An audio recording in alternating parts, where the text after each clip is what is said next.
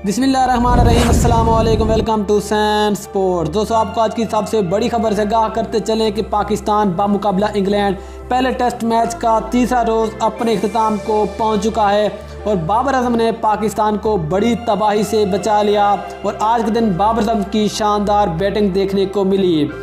तीसरे दिन के खेल में क्या कुछ हम आपको मुकम्मल डिटेल से आगाह करेंगे, लेकिन मज़ीद आगे बढ़ने से पहले चैनल को लाइक करें, सब्सक्राइब करें, साथ में लगी बेल आइकन को ज़रूर दबा दें। दोस्तों, आपको बताते चलें कि पाकिस्तान ने आज तीसरा रोज़ 183 रन बगैर किसी नुकसान पर अपनी बैटिंग शुरू की, लेकिन पाकिस्तान के ओपनर बल्लेबाज अब्दुल्ला शफीक और इमाम उल हक सेंचुरी बनाने के बाद आउट हो गए। इसके बाद पाकिस्तान के बाबर आजम कप्तान और साउद शकील ने शानदार बैटिंग का मुजाहरा किया, लेकिन उसके बाद तीसरे सेशन में एक बार फिर पाकिस्तान की विकेटें लड़खड़ा गईं और वक्फे से गिरती रही। दोस्तों, आपको बताते चले कि 3 दिन का खेल ख़त्म होने के बाद पाकिस्तान ने अब तक 499 रन बना लिए और पाकिस्तान के 7 खिलाड़ी आउट हैं। आउट होने वाले बैट्समैनों अब्दुल्ला शफीक ने 114, इमाम उल हक ने 121, अजहर अली ने 27, जबकि बाबर आजम ने शानदार बैटिंग की और बाबर आजम ने सिर्फ 168 गेंदों पर 136 रन की शानदार इनिंग्स खेली, जिसमें 19 चौके और 1 छक्का शामिल था।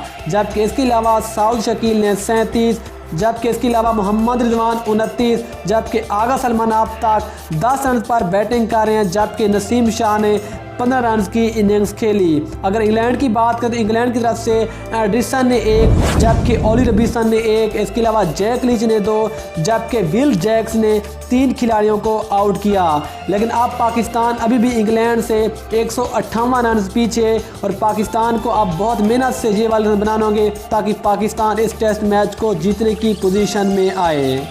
लेकिन 3 दिन का खेल ख़त्म होने के बाद की ख़ास बात यह है कि आज के दिन कप्तान बाबर आजम ने बड़ी शानदार इनिंग्स खेली, लेकिन बाबर आजम ने वनडे की तरह आज के इस टेस्ट मैच को खेला और शानदार सेंचुरी स्कोर करके पाकिस्तान की पोजीशन को मजबूत बनाया।